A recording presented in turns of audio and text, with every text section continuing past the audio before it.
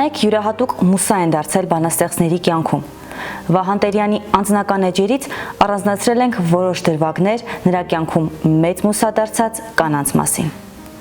Ինչպես վկայում են նամակագրությունները, Տերյանի կյանքում եղել են 3 կարևոր կանայք՝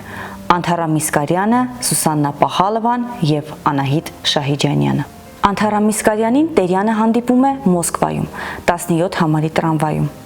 Տերյանի սառած հայացքն ուղղված է եղել պատուհանի մոտ կանգնած աղջկան։ Այնքան է մոտեցել աղջկան, որ տրամվայի ամեն մի ցնցումից նրա հյուսքերը դիպչել են երիտասարդի դեմքին, շոշափելիորեն զգացել է վարսերի բույժն ու փափկությունը։ Սակայն նրան այդ երանությունից կտրել է տոմսավաճառի ձայնը, հաջորդ կանգառը հայկական եկեղեցի։ Այդպիսով նրանք երկուսով մտնում են եկեղեցու բակ։ Պարզվում է, որ աղջիկն հայուհի է, անունն Անթառամ, գործարանատեր Մնացական Միսկարյանի ավագ դուստրը, որ Ցարիցինից Մոսկվա էր եկել եղբորն այցելության։ Պարզվում է նաև, որ եղբայրը Տերյանի ուսանողական ընկերն է, իսկ Անթառամը ընդամենը մի քանի օրով էր եկել Մոսկվա։ Հենց ուզում էի անտիային առաջարկություն անել, մեկնեց, այսպես է գրել իր գրառումներում Տերյանը։ Եվ Անթառամի հեռանալուց հետո սկսվում է նրանց սիրային նամակագրությունը։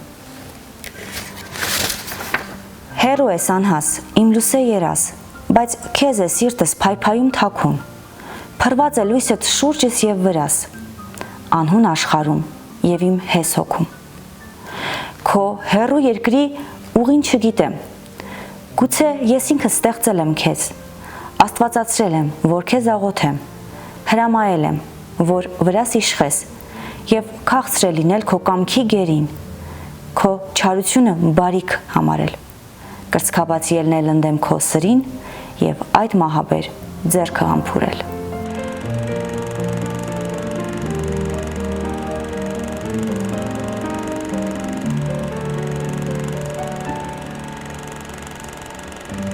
Տերյանն այնքան տարված է լինում Անթառամով, որ նամակներից մեկում գրում է.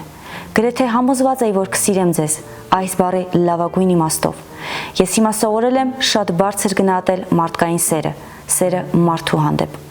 Նույնիսկ սկսել եմ ավելի բարձր դասել սեռական սիրուց, որը հազվադեպ է գեղեցիկ ու խորունկ լինում։ Սակայն ընդամենը 2 ամիս անց Անթառամի և Տերյանի հեռակասիրո արանքում հայտնվում է նոր անուն՝ Սուսաննա։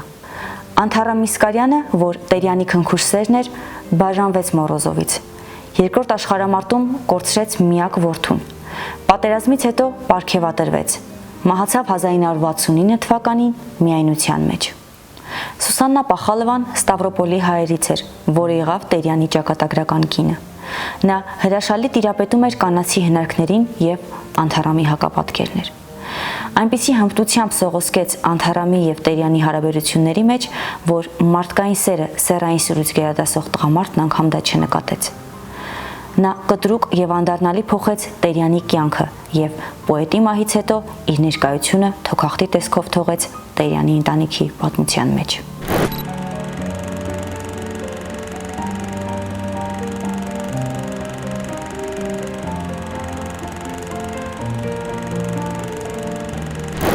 Սուսաննան ամեն հնարքի դիմեց, որպեսզի պոետի միտքն իր վրա կենտրոնացնի։ Նույնիսկ ստեց, թե երեխայի է սպասում, իսկ Տերյանը չկարողացավ նրան մերժել և ստիպված եղավ ամուսնանալ։ Դա 1911 թվականի փետրվարն էր, իսկ նրանց առաջին զավակը ծնվեց միայն 5 տարի անց։ Ամուսնությունից հետո Տերյանը նամակ է գրում Անթառամին. «Մի բարկացեք, սիրելի Անտենկա, որ երկար ժամանակ չէի գրում ձեզ։ Բանն այն է, որ ամուսնացել եմ, բայց ձեզ տեսնելու ցանկությունը պակաս չէ։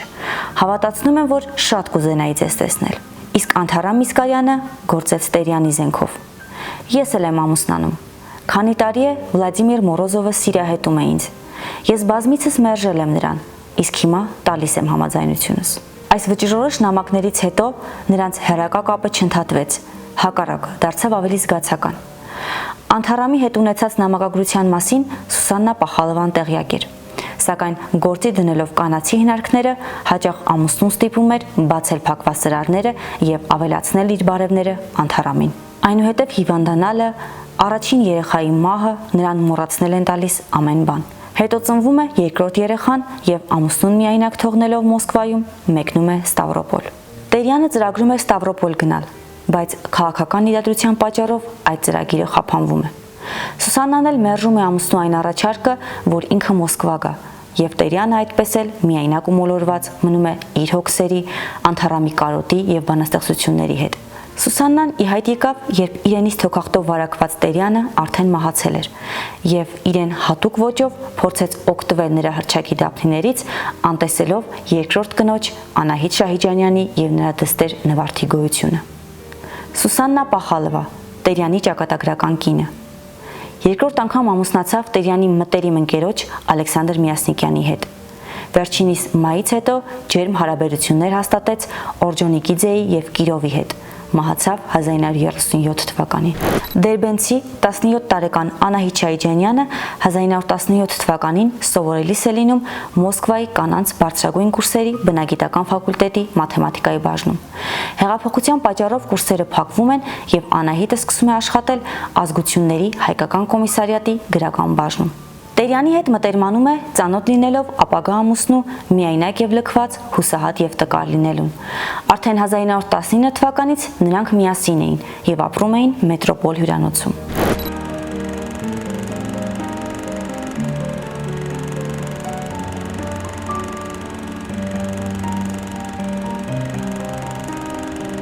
Տերյանը արտգործող կոմատի շտաբ եւ կարևոր հանձնարարություններով ուղևորվում է Տաշկենտ, Սամարայի եւ Օրենբուրգի վրայով։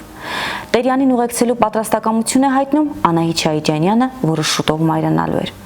Հոկտեմբերի 13-ին դուրս են գալիս Մոսկվայից, իսկ 1920 թվականի հունվարի 7-ին պոետը կնքում է իր մահկանացուն։ Իսկ նրա մահից 3 ամիս անց Անահիտ Շահիջանյանը դուստր ունեցավ եւ կոչեց Տերյանի վաղացիկ սերերից մեկի Հովհաննես Թումանյանի դստեր Նվարդի անունով։ Անահիտը փաստացի եղավ Տերյանի միակ դստեր Նվարդի մայրը։ Անահիտ Շահիջանյան, Տերյանի սերը,